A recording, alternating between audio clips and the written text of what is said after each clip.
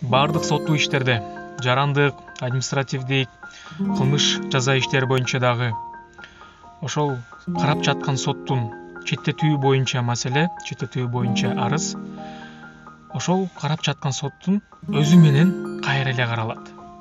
Четтетүү деген бул мисалы ошол ишти карап жаткан сотко ишенбей жатсаңар, анан ошол сот алмашылсын, башка сот ишти карасын деген өтүнүчтөр, ойлор пайда болсо, ошондой арыз берилет сотту четтетүү боюнча.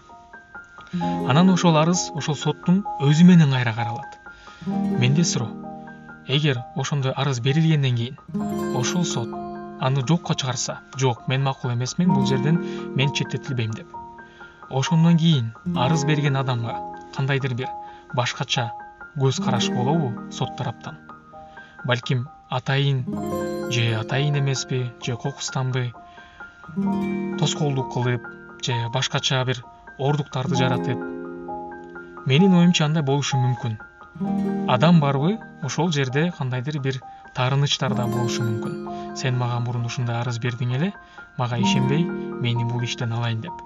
Демек мен сага дагы мындай тоскоолдуктарды жаратам деп, атайын ойлобосо дагы ички дүйнөсүнөн ошондой пайда болуп, анан бара-бара ошондойго алып келиши мүмкүн деп ойлойм. Ошондуктан менин оюм боюнча бул маселени өзгөртүш керек.